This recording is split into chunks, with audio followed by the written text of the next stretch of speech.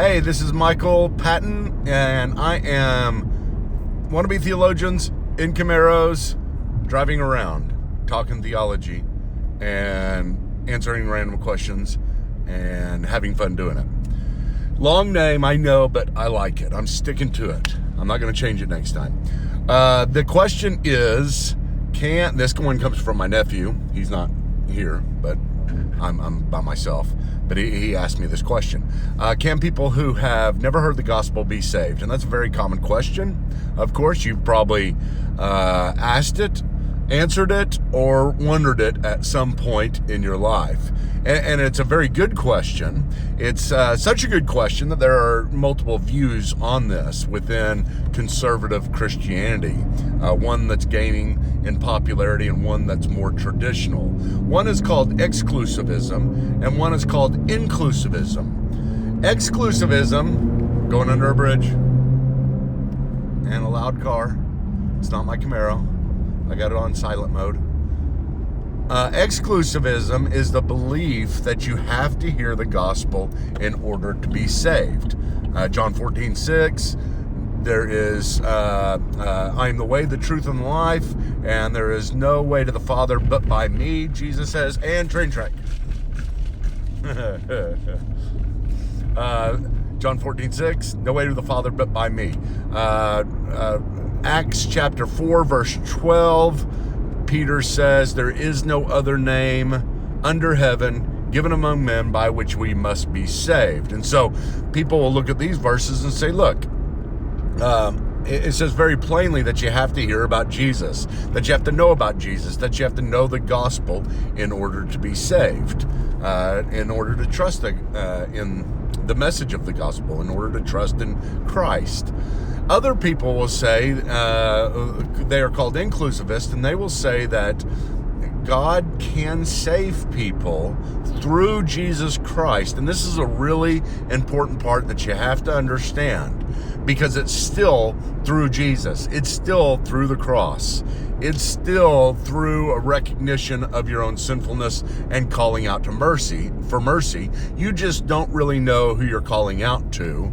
And you may be doing the best you can in the environment that you've grown up in, whether you are a Buddhist or whether you are a Hindu or whether you are an Islamic person, or I guess you can't really be an atheist, but anybody who is in their own context and does the best that they can be saved by Jesus and his blood. Now, the main arguments for this are few. One of them has to do with an objection to the exclusivist argument. Since the exclusivist argument says you have to hear the gospel to be saved, many people bring up the objection, what about children? What about people who, kids who die in birth or die in their mother's womb or are aborted? They don't hear the gospel. They don't accept the gospel.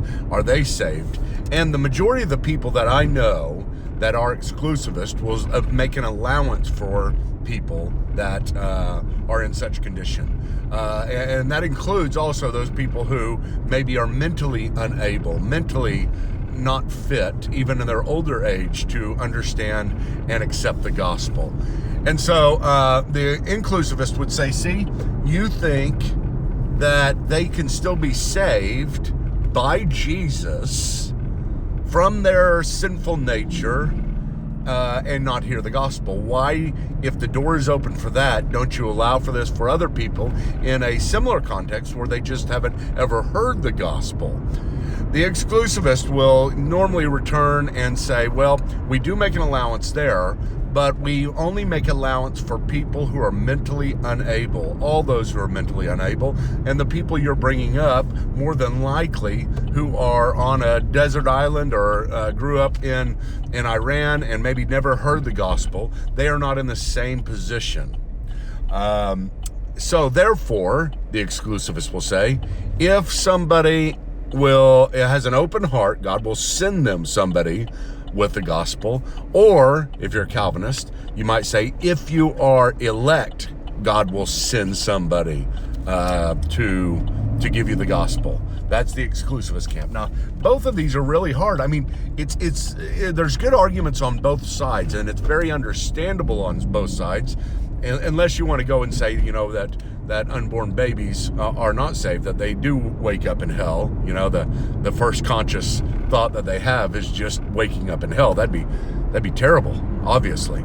But it's very difficult to kind of balance between these and try to figure out which one to go with. Now, I am traditionally an exclusivist, and I remain leaning in that direction. I am not completely closed to inclusivism, obviously, but I'm still an exclusivist, and part of the reason for that has to do with Acts chapter 10, where Peter is sent to Cornelius's house because the angel comes and God tells him to go to Cornelius's house, and the angel comes to Cornelius, which is very interesting. The angel comes to Cornelius and he says, a man named Peter's getting ready to come to you. Please, listen to him. Cornelius was already a God-fearer, but he had not heard the gospel yet. And the question is, okay, why didn't God just leave him in that circumstance to not hear the gospel? Because it would be he would still be saved, since he was obviously a God-fearer, somebody who maybe wanted to be saved, that God saw, that had an open heart since he sent the angel.